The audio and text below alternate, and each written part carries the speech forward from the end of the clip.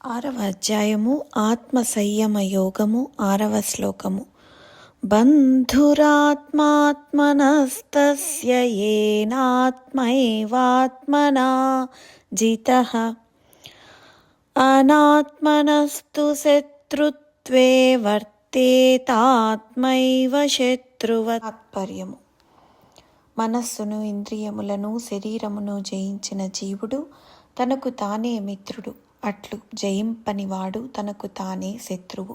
అనగా జితేంద్రియునకు మనస్సు, ఇంద్రియములు, శరీరము భగవత్ప్రాప్త సిద్ధికై మిత్రుని వలె సహకరించును. అట్లు కాక జితేంద్రియుడు కాని వానికి మనస్సు, ఇంద్రియములు, శరీరము శత్రువుల వలె ప్రవర్తించి లక్ష్య సాధనకు అవరోధకములుగా నిలుచును.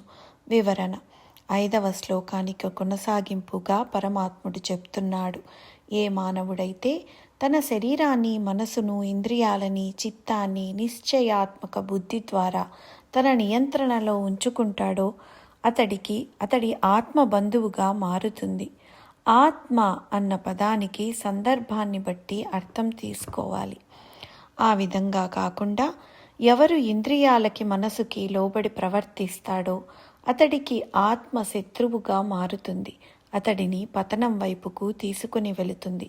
ఎవరైతే ఆత్మను జయిస్తాడో అతడే యోగ శిఖరాన్ని అధిరోహించడానికి అర్హుడు.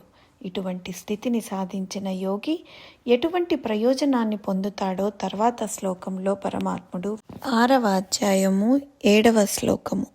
జితాత్మనః ప్రశాంతస్య పరమాత్మా సమాహితః శీతోష్ణసుఖదుఃఖేషు తథా మానాపమానయోః.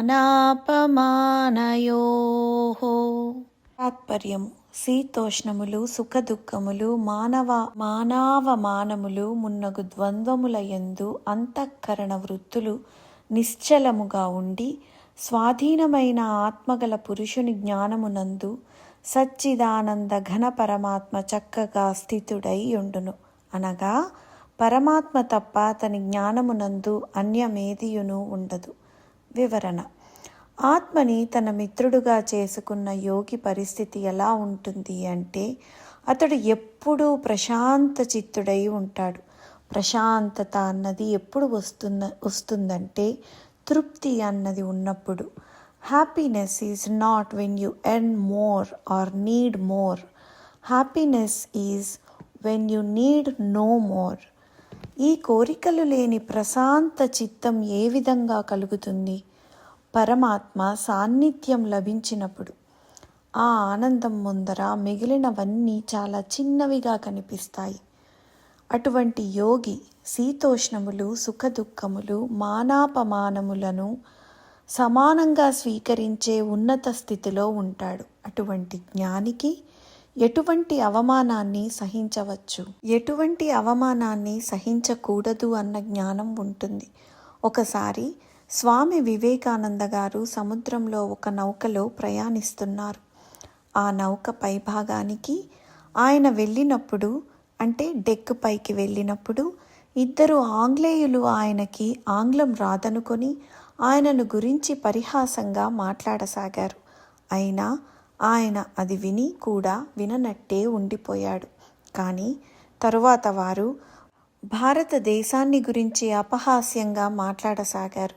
ఆయన వెంటనే లేచి వారి కాలర్ పట్టుకొని, నా మాతృదేశాన్ని గురించి ఒక్క మాట తప్పుగా మాట్లాడినా మిమ్మల్నిద్దరినీ విసిరి సముద్రంలో పారేయగలను అని చెప్పారు. తనని గురించి మాట్లాడినప్పుడు ఆయన పట్టించుకోలేదు, కానీ తన దేశాన్ని అవమానిస్తే సహించలేదు. మానాపమానాలను ఏ విధంగా సహించాలో సహించకూడదో ఆయనకి చక్కటి విచక్షణ ఉంది.